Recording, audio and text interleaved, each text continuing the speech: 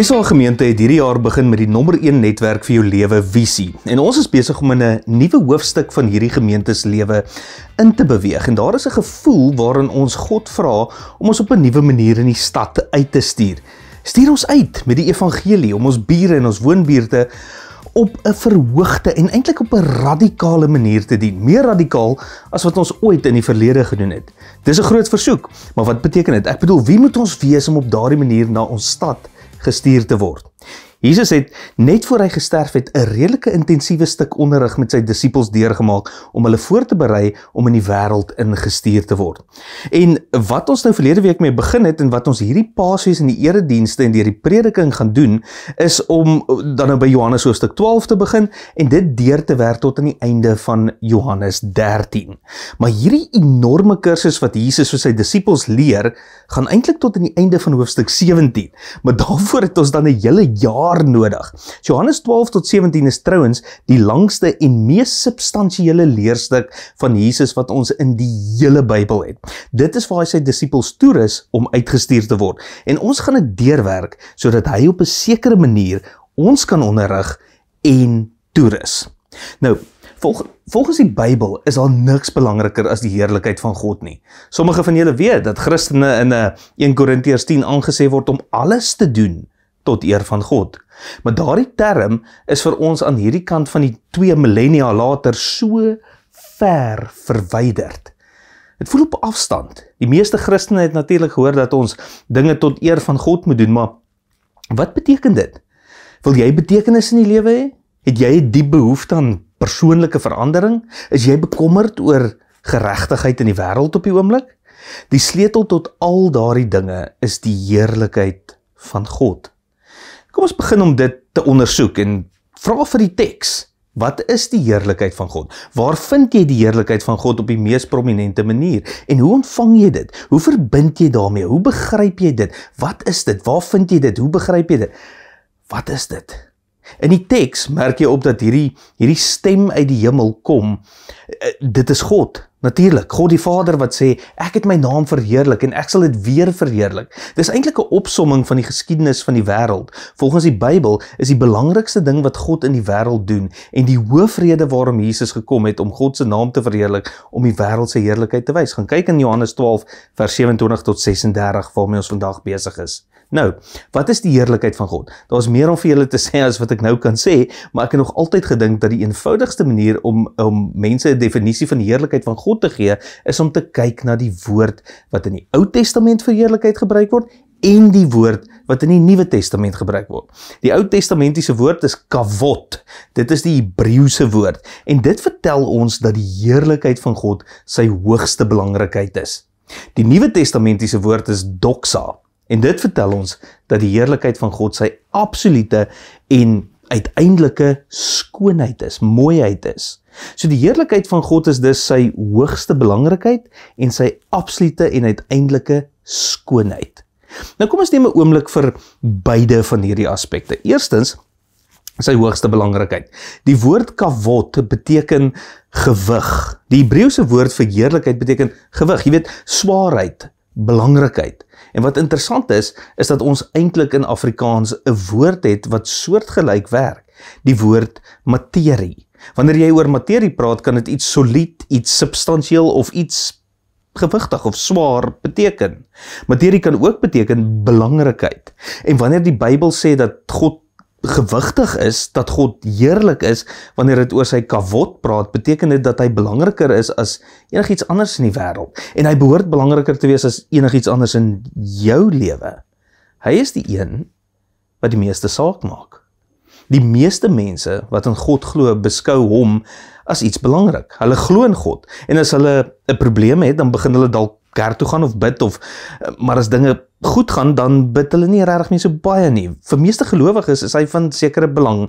Hy is 'n byvoeging, 'n vitamienaanvulling, 'n spaarwiel, maar wanneer jy die heerlikheid van God verstaan, beteken dit om hom as uiters belangrik te behandel. Dit beteken dat as jy glo dat hy die heerlikheid van God is en jy hom as heerlik behandel, sy wil, sy werk en jou verhouding met hom die belangrikste dinge in jou lewe is, laat ek dit eenvoudig stel. Is jou verhouding met God die belangrikste ding in jou lewe? Is dit die enigste, nie ononderhandelbare ding nie? Sal jy niks doen wat dit in gevaar stel of verswak nie? Is jou lewe op God gesentreer? Hy is nie 'n byvoeging tot jou lewe nie. Hy is nie op die periferie van jou bestaan nie. Hy is in die hart daarvan. Is hy die sentrum? Hoe doen jy jou werk? Hoe hanteer jy jou verhoudings, jou huwelik of die huwelik wat jy graag wil hê? Is hy altyd sentraal? Is hy in jou verhouding met hom die belangrikste ding in jou lewe? Is alles anders onderhandelbaar? Eers dan. Of as jy ten minste sê, ek wens dit was so, het jy 'n begrip van die heerlikheid van God. So, God is heerlik. Beteken dat hy van uiterste belang is. Tweedens, soos ons gesê het, is daar nog 'n woord in die Bybel wat vir heerlikheid gebruik word. Dit is die Griekse woord doxa. Nou, terwyl die Ou Testamentiese woord kavod, gewig of belangrikheid beteken die Nuwe Testamentiese woord doxa, lof, verwondering, briljantheid of skoonheid of mooi.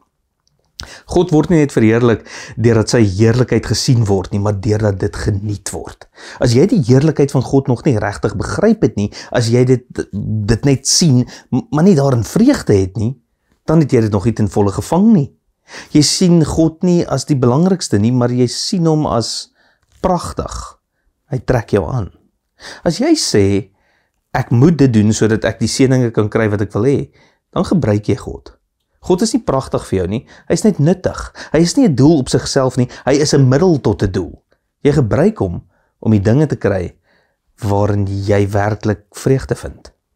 So, om die skoonheid van God te sien, is om so aangetrokke tot hom te wees dat jy hom gehoorsaam vir wie hy is. Jy is lief vir hom omdat hy God is. Dit is die grootste geluk wat jy kan ken. Waarop kom dit prakties neer? Onvoorwaardelike gehoorsaamheid wat vreugdevol is. Eric Liddell, sommige van julle weet wie hy was. Daar was 'n film oor sy storie genaamd Chariots of Fire. Hy het die goue medalje gewen in die 400 meter naloop. Wel eintlik die 400 meter yard naloop in 1924 in Parys, maar al was hy 'n briljante atleet, het hy 'n presbyteriaanse sendeling geword. Hy was 'n Skot en hy het na China gegaan. En toe hy besef dat die Japaneese China sou binneval, dit was nou in die laat 1930s en vroeg 1940s, het hy sy gesin teruggestuur na Kanada, maar hy het daar gebly. Hoekom? Om te doen waartoe God hom geroep het, om 'n sendeling te wees, om mense lief te hê, om met mense oor Jesus te praat. Hy het daar gebly en hy het uiteindelik in 'n konsentrasiekamp gesterf.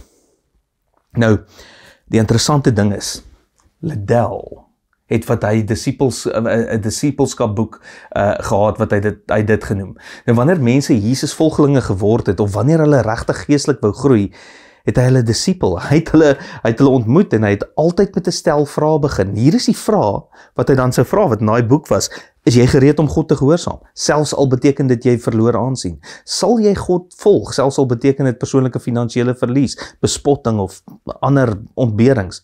En sal al hierdie opofferings met blydskap en vreugde gemaak word? Weird. Dit klink vir my asof hy oor die heerlikheid van God praat en nie net God se supreme belangrikheid nie, maar ook sy absolute skoonheid. Is jy bereid om te gehoorsaam? Of jy nou daarvan hou of nie? Is jy bereid om God te vertrou in enigiets wat hy in jou lewe bring? Of jy dit verstaan of nie? En as jy sê, wow, dis moeilik, dan is jy reg. Eric Liddell het basies gesê, as jy die heerlikheid van God begryp, dan gehoorsaam jy hom ongeag wat dit kos, ongeag hoe jy voel, ongeag die gevolge, en jy doen dit met vreugde. Hoekom? Want wat sou belangriker kon wees as om hom te behaag? En wat sou meer vreugdevol kon wees as om hom te behaag? En totdat jy hierdie vraag met ja kan antwoord vir hierdie redes, het jy eintlik nog nie die heerlikheid van God regtig begryp nie. En dis nogal kragtig, of hoe? Laat ek jou van nog 'n fliek vertel. 'n Fliek genaamd Their Finest Hours. Dit is 'n ware verhaal, gaan check dit bietjie uit. Daar was 'n geweldige orkaan en die kuswagstasie in Chatham, Massachusetts het besef dat hulle 2 reddingsoperasies moes uitvoer in die middel van 'n orkaan. Maar vir hierdie tweede tankskip wat hulle moes red, het hulle net 'n klein bootjie gehad wat net 8 oorlewendes sou kon terugbring, as daar enigiemand was om te red. Nou daardie klein bootjie moes dus uitgaan en die kuswagsoldaat wat in bevel was, moes mense vra om saam met hom te gaan. Hy het 3 vrywilligers nodig gehad. Hulle het almal geskroom by die gedagte om in 'n orkaan uit te gaan om mense te red wat moontlik nie eers meer daar was nie. Maar uiteindelik het hulle uitgegaan en hulle het 32 mense gered. Op 'n boot wat eintlik net 8 mense kon huisves, het hulle 32 teruggebring. Dis 'n ware verhaal en 'n wonderlike film. Maar toe hierdie bevelvoerder sy manne aankyk en almal is skrikkerig oor die 100 km/h winde en die gevaar, het hy na hulle gekyk en gesê, hulle sê jy moet uitgaan, hulle sê nie jy moet terugkom nie. Wat hy bedoel het was, dis ons werk om mense te red, dis nie ons werk om te oorleef nie, dit is nie deel van die taak nie, ons taak is om uit te gaan en te red. Dit is wat Eric Liddell gesê het. As jy die heerlikheid van God verstaan, dan is dit jou taak om te gehoorsaam. Dit is nie jou taak om te oorleef nie, en jy doen dit met blydskap. Hoe vaar jy met die heerlikheid van God? Jy mag dalk sê, wow, okay, dit klink regtig na 'n moeilike boodskap. As selfvervulling vir jou die belangrikste is, skep jy 'n samelewing van individualiste, 'n samelewing wat verdeeld en gefragmenteer is. As jou volk vir jou die heel belangrikste is, lei dit tot rasisme en nasionalisme. As jou gesin vir jou die belangrikste is, lei dit tot paternalisme en patriargie. Augustinus sê, net as God vir jou belangriker is as enigiets anders, sal jy in staat wees om alle individue, alle gesinne en alle rasse op 'n gelyke manier lief te hê. En dis nie net kultureel en sosiaal revolusionêr nie, maar om God eerste te stel is persoonlik revolusionêr. As werk vir jou die belangrikste is, sal jy jou gesin verwaarloos of jy sal nooit 'n gesin kan bou nie, want werk is vir jou te belangrik. Jy sê, okay, en as jou gesin vir jou die belangrikste is, sal jy jou gesin verpletter onder die gewig van jou verwagtinge, want hulle sal alles moet wees om jou gelukkig te maak. As God vir jou belangriker is as jou gesin en jou werk, sal dit al jou verpligtinge op die regte manier orden, en jy sal hulle almal reg lief hê. Jy mag dalk sê, wel, goed, ek neem aan ek moet God verheerlik, ek neem aan ek moet vir die heerlikheid van God leef, maar wat doen ek? Wat doen ek as dit waar is dat om die heerlikheid van God te begryp beteken om sy belangrikheid en sy skoonheid te verstaan? Wat moet ek doen? Moet ek huis toe gaan en net wag dat God my tref? Okay, Here, ek weet nie wat ek moet doen nie. Raak my net aan, laat dit net gebeur. Ek verstaan jy voel dalk op hierdie oomblik, God is nie werklik genoeg vir my om so 'n lewe te leef nie. Dit voel alles baie abstrak.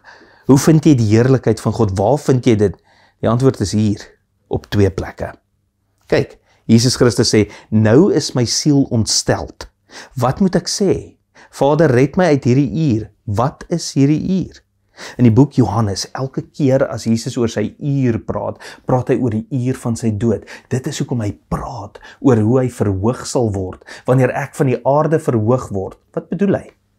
Hy bedoel opgehef op 'n kruis. Hy sê, Vader, ek vrees hierdie uur, ek is bang vir die kruis, maar dan sê hy, verheerlik u naam. En die Vader antwoord, dit is wat ek doen. Dit is wat ek doen. Die Bybel sê die plek waar jy die heerlikheid van God op die mees verhewe manier kan vind, is aan die kruis. Ek was in 2016 in die Grand Canyon in Amerika, en as jy daar staan, neem dit jou asem weg. Jy ervaar die heerlikheid van God. Psalm 19 sê, die hemele vertel die eer van God. Wanneer jy die sterre sien, die oseaan, die Grand Canyon, en jy is oorweldig daardeur, ja, dan ervaar jy iets van die heerlikheid van die Skepper. Maar let op, jy sien die heerlikheid van God in die skepping, soos jy die heerlikheid van die son in die maan sien. Dis net 'n refleksie. Maar die Bybel sê, en ek gaan dit oor en oor sê, soos ons deur hierdie 8 weke gaan, dat wanneer jy kyk na Jesus wat sterf aan die kruis, dan kyk jy na die son self, die volle glans van die heerlikheid van God. Hoe so? Wel, Jesus sê, my siel is ontsteld. In sekere opsigte is dit Johannes se weergawe van die tuin van Getsemane. Jesus is verleë, hy sidder. Die woord ontsteld hier beteken presies wat jy dink dit beteken. Hy is bang, hy bewe, hy skrik vir sy dood. Nou dis interessant, want oor die jare heen was daar baie mans en vroue wat hulle dood tegemoet gegaan het sonder om te bewe. Party het selfs gesing. Hoekom dan? As ander mense sonder vrees kon sterf, sou die Seun van God, die tweede persoon van die drie eenheid, die skepper van hemel en aarde, skrik en bang wees. Jesus Christus bewe, want hy weet, hy gaan op daardie kruis in 'n absolute duisternis ingegooi word. Hy gaan iets ervaar wat niks of niemand ooit tevore beleef het, of ooit weer sal beleef nie, om 'n begrip te kry van hoekom hy so gevul is met angs en vrees. Kom ek stel dit so. Wat is die ergste ding wat met 'n mens kan gebeur? Ek dink is wanneer liefde van jou weggeneem is. Een manier waarop dit gebeur is wanneer 'n egnoot of 'n kind sterf. Dit is waarskynlik een van die ergste dinge wat met iemand kan gebeur. Maar miskien is daar iets nog erger. Miskien is dit nog meer verskriklik of bitter as 'n kind of 'n egnoot vir jou skree en sê, ek wil nooit weer iets met jou te doen hê nie, en wegloop uit jou lewe en jy sien hulle nooit weer nie. Dit kan selfs erger wees. Ek sê dit met groot sensitiwiteit, want ek weet daar is mense wat sulke dinge beleef en beleef het. Maar nou, dink daaraan.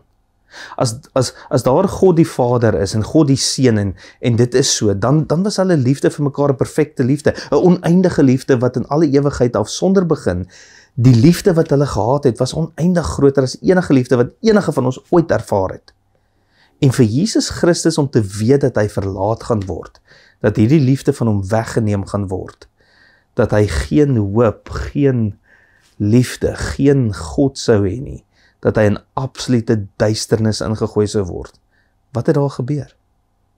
Hy sê vir ons in vers 31, nou is dit die oordeel oor hierdie wêreld. Aan die kruis het die oordeel wat ons verdien, die oordeel vir al die sondes en boosheid van die mensdom, op hom geval. En dan sê hy, wanneer ek verhoog word, dit wil sê, wanneer ek in die kruis is en die oordeel ervaar en my siel aan stukke geskeur word, dan sal ek alle mense na my toe trek. Hy sê, dit is waar julle die skoonheid sal sien. Enige iemand wat kyk en sien wat ek daarbo doen, enige iemand sal aangetrek word.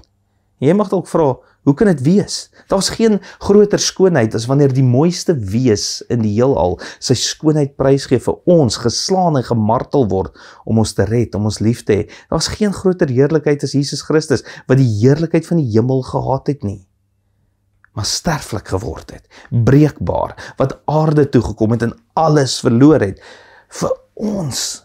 Jesus het eintlik gesê, dit is my taak om hulle te red, dit is nie my taak om te oorleef nie. Die Grand Canyon mag jou dalk ook laat sê, ja, ek raai daar is 'n God, hy moet regtig groot wees. Maar die kruis wys vir jou sy heerlikheid, die heerlikheid van sy geregtigheid. Hy is so regverdig, dat hy sonde moes straf. Maar ook die heerlikheid van sy liefde. Hy was so lief vir ons, so barmhartig, dat hy self daardie straf gedra het.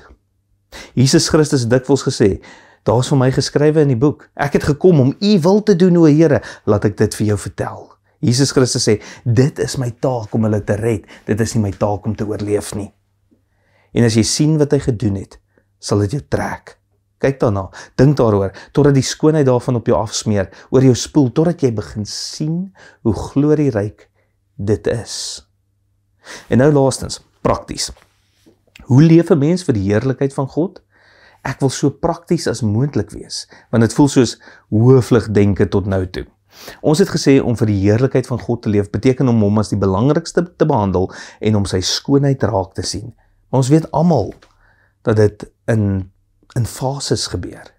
Soos die lewe aangaan, kom ons al hoe meer in sy heerlikheid in. Sien ons dit meer, leef ons dit meer en word ons al hoe meer verander. Hoe gebeur dit? Ek wil net 2 praktiese wenke uit hierdie teks uitlig. En eerste een is, moenie jou smarte mors nie. En die tweede een is, word opgewonde oor wat hy van jou kan maak. Eerste een, moenie jou smarte mors nie, wat bedoel ek daarmee? Dink hieraan. Kyk na vers 27. Nou is my siel ontsteld. Het iemand wat vandag deel is van hierdie preek 'n ontstelde siel? Weet jy? Daar is net 2 soorte mense in hierdie wêreld. Mense wie se siel nou ontsteld is en mense wie se siel later ontsteld gaan wees. Dis al. Niemand word dit gespaar nie. Nou as jy tans 'n ontstelde siel het, wat moet jy daarmee doen? Kyk na die meester. Wat het hy daarmee gedoen? Sy siel was ontsteld.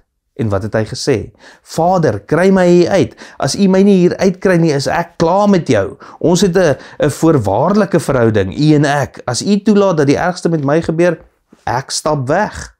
Nee. Hy sê, Vader, verheerlik U naam. As jou siel ontsteld is en jy wil weghardloop en jy het geen idee wat aangaan nie, moenie sê, Vader, kry my hier uit nie. Sê eerder, Vader, ek weet nie hoekom dit gebeur nie, maar verheerlik U naam in my lewe. Wys vir my meer van U heerlikheid deur hierdie pyn. Wys vir ander mense meer van U heerlikheid deur dit. Ek weet nie hoe nie. En trouwens, dit is 'n langer boodskap vir 'n ander tyd, maar oor die algemeen, wanneer jou siel ontsteld is dit dikwels omdat iets wat jy te belangrik gemaak het, bedreig word. Dit is 'n kans vir jou om meer op God self en sy liefde te rus. Daarom, word opgewonde oor wat hy van jou kan maak. In die 1950s, toe J.R.R. Tolkien nog geleef het en die Lord of the Rings reeds gepubliseer was, het mense briewe aan hom geskryf met die vrae, met allerhande vrae. Daar was 'n vrou met die naam Rona Beer wat 'n brief aan hom geskryf het en gevra het, wanneer die ring in Mount Doom gegooi word en ontplof Sauron. Hoekom ontplof Sauron wanneer die ring vernietig word? En fascinerend genoeg, terwyl Tolkien nog geleef het, het hy self 'n antwoord gegee op daai vraag. Hy het gesê, die ring van Sauron is net een manier waarop jy kan uitbeeld hoe iemand sy lewe en sy krag plaas in iets buite homself, iets wat dus blootgestel word aan gevangenskap of vernietiging met rampspoedige gevolge vir die persoon self. Het jy dit verstaan? Hier is hoe Augustinus dit sou gestel het. Dis een ding om 'n persoon lief te hê, maar as jy daardie persoon die belangrikste ding in jou lewe maak en iets gaan met hulle verkeerd, dan ontplof jy. Hoekom? Want God is dan nie die belangrikste nie. Sy liefde is nie vir jou so belangrik soos daardie persoon se liefde nie. God is nie so belangrik soos daardie persoon nie. En omdat daardie persoon te belangrik vir jou is, skep jy vir jouself 'n ring. 'n Ding waarin jy jou hele lewe en identiteit plaas. Dieselfde gebeur met 'n loopbaan. Dieselfde gebeur met enigiets wat belangriker as God in jou lewe word. Jy raak vreeslik broos en kwesbaar. Want as enige iets verkeerd gaan met die ding wat jy die meeste lief het en wat vir jou die meeste saak maak, ontplof jy. En daarom wanneer jou siel ontsteld is, het jy eintlik 'n kans, nie om die mense rondom jou minder lief te hê nie, of om jou loopbaan minder belangrik te ag nie, maar om God meer lief te hê. Moenie jou smarte mors nie. As jou siel ontsteld is, sê, Vader, wys my U heerlikheid, kry vir U selfheerlikheid uit hierdie situasie. Besef dat hy jou in 'n kind van die lig verander. Jesus sê, glo in die lig terwyl jy die lig het, sodat jy kinders van die lig kan word. Dis nie net dat God aan die einde van die tyd vir ons sy heerlikheid gaan wys nie. Hy gaan ons heerlik maak. Paulus sê, hierdie ligte, tydelike verdrukking berei vir ons 'n ewige gewig van heerlikheid voor, wat ver bo enige vergelyking is. Ons weet nie eers wat dit presies beteken nie, maar ek sien dit al hier gebeur. Ek sien mense wat in tye van swaar kry sê, Vader, verheerlik U naam. En ek kan sien hoe God hulle in iets pragtig verander, selfs nou. Wie weet hoe dit oor 1 miljoen jaar gaan lyk? Ek sien hoe jy dieper word, ek sien hoe jy wyser word, ek sien hoe jy meer liefdevol word, ek sien hoe jy nederiger word, ek sien hoe jy 'n kind van die lig word. Hoe meer jy jou lewe bou rondom God se heerlikheid, hoe meer gaan hy jou in iets heerlik verander. Wie weet wat hy met jou kan doen. 'n Laaste storie. Daar was 'n koning wat op 'n dag na die strate van 'n dorpie gegaan het om sy mense te ontmoet. 'n Bedelaar wat die koning in die strate sien loop, het dadelik sy almoesbak opgelig, oortuig dat die koning vir hom iets ruim gaan gee. Maar toe kyk die koning die bedelaar in die oë en sê, geef jy vir my iets? Die bedelaar was natuurlik geskok en verontwaardig. Hoe kon die koning hom vra om iets te gee? En met 'n frons het die bedelaar onder in sy bak rondgekrap en 3 klein ryskorreltjies uitgehaal en dit in die koning se hand laat val. Waarskynlik met 'n snuif van ontevredenheid daarbey. Aan die einde van die dag het die bedelaar sy bak omgekeer om te kyk wat hy ontvang het. En tot sy verbasing het hy 3 stukkies suiwer goud op die bodem van sy bak gevind. 3 ryskorrels gegee, 3 stukke goud ontvang. Hy kyk op en sê toe, as ek net vir hom alles gegee het, geef hom alles, sodat hy jou in goud kan verander. Amen. Here, verander ons in goud. Here, verheerlik U naam deur ons lewe. Here, ons is gestuur om U te wys vir die wêreld. Mag dit so wees. Amen. Ontvang die seën van die Here. Ek seën jou in die naam van God die Vader, en die Seun en die Heilige Gees wat as 'n eenheid saam is, wat gebreek was vir jou, die donkerste gat nog ooit. Ek seën jou in die naam van hierdie drie eenheid, wat se liefde sterker as ooit is, wat se liefde vir jou gebreek is. Mag God verheerlik word deur jou lewe. Amen.